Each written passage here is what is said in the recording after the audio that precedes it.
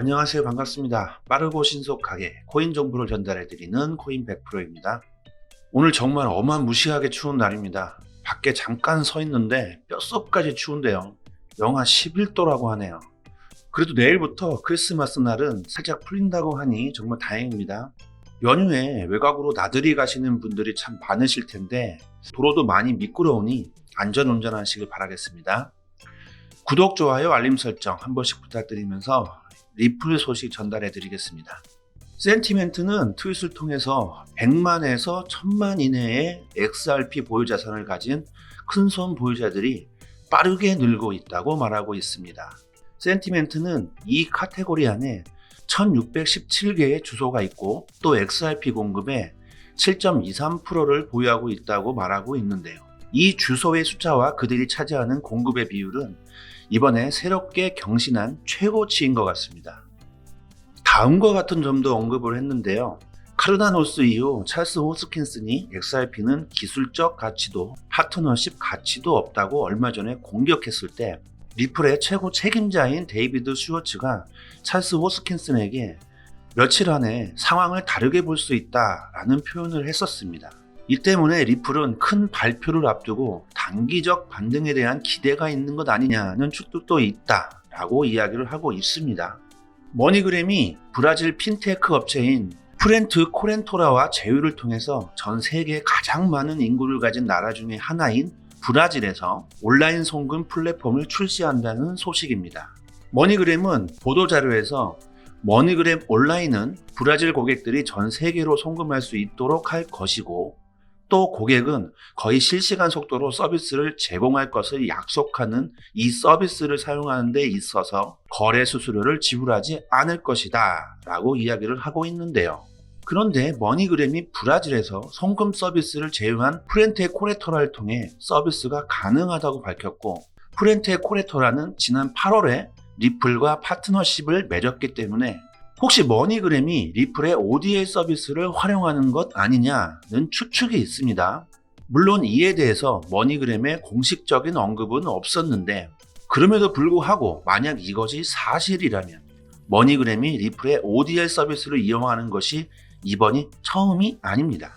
잘 아시겠지만 머니그램은 2019년에 리플과 파트너십을 체결해서 머니그램이 당시 엑스레피드라고 불리는 리플의 ODL 서비스를 국경 간 결제에 사용할 수 있게 되었는데요.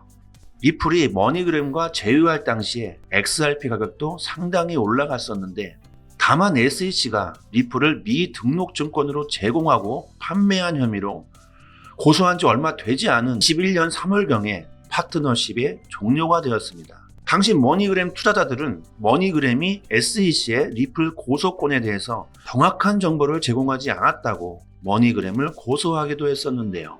리플 측은 당시에 그들의 결별의 이유를 명확히 명시하지는 않았지만 브래드 갈리카우스는 당시 성명에서 양측이 미래의 새로운 파트너십을 구축하는 데 전념하고 있다는 정도만 주장을 했었습니다.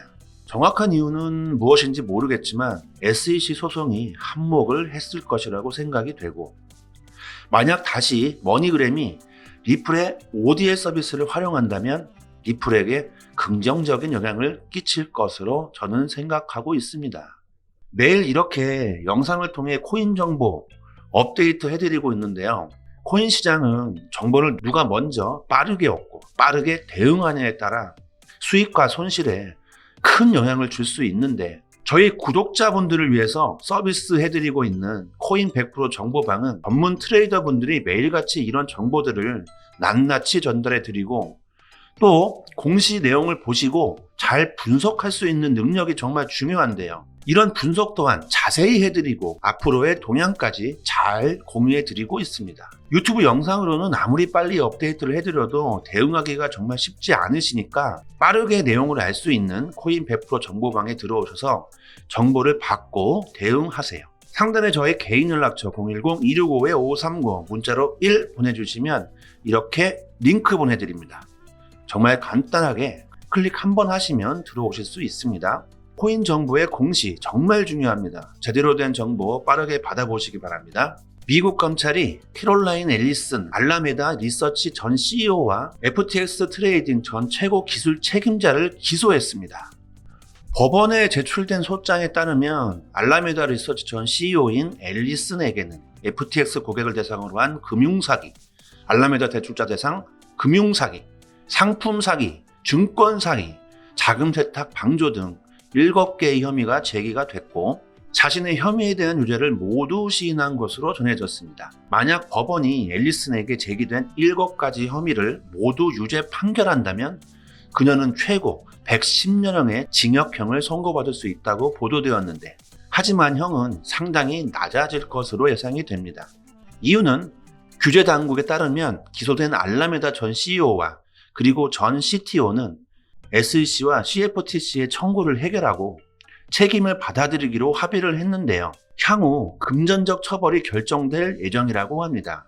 또한 그들의 유죄 판결 합의에 따르면 알라메다 전 CEO와 CTO는 수사관들에게 정보를 공개하고 요청된 증거를 제공하며 또 요청이 있을 경우 배심원이나 법원 절차 앞에 출두하는 대가로서 정부는 피고인들의 도움을 판사에게 알리고 형량을 줄여달라고 요청할 것이라고 합니다.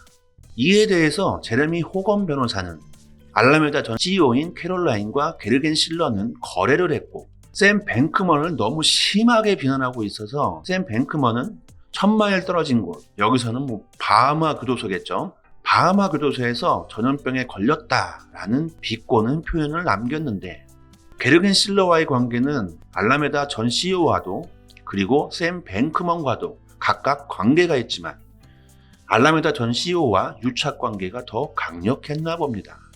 오늘 공식에 의하면 샘 뱅크먼은 바하마 교도소 내에서도 보건실에서 다른 수감자들과 비교해서 상대적으로 호화로운 생활을 보내다 오늘 미국으로 송환되었다고 합니다. SEC가 이번에 알라메다 리서치 전 CEO와 그리고 FT 전 CTO를 기소하면서 법원에 제출한 소장에서 FTX의 거래소 토큰 FTT는 투자 계약에 의해 판매되었으며 증권 성격을 띠고 있다라고 주장을 했다고 하는데요. 그 이유는 FTX 플랫폼에서 거래 수요가 증가하면 FTT 토큰에 대한 수요도 증가할 수 있다. 따라서 FTT의 가격 상승이 보유자에게 가져다주는 수익은 투자 계약에 의한 수익으로도 볼 수 있다라고 설명을 하고 있는데 SEC가 이제 하위 테스트에 적용을 어떤 이유로 됐는지 그 이유를 불문하고 신뢰가 전혀 생기지 않는데요. 그동안 인플루언서들이나 상대로 벌금을 받아내다 이제 와서 FTT가 증권이다라고 하는 것은 뒷북치는 것도 아니고 정말 당황스러운 일인 것 같습니다. FTX 사태를 대하는 SEC를 보면 그전보다 더더욱 그 조직의 문화 그리고 그 조직을 이끄는 수장의 리더십 스타일이 더 많이 느껴집니다. 오늘 영상 시청해 주셔서 감사드리고 코인 100% 정보 방에도 들어오시고요. 행복한 연말 보내셨으면 합니다. 구독과 좋아요는 영상 제작에 큰 힘이 됩니다. 감사합니다.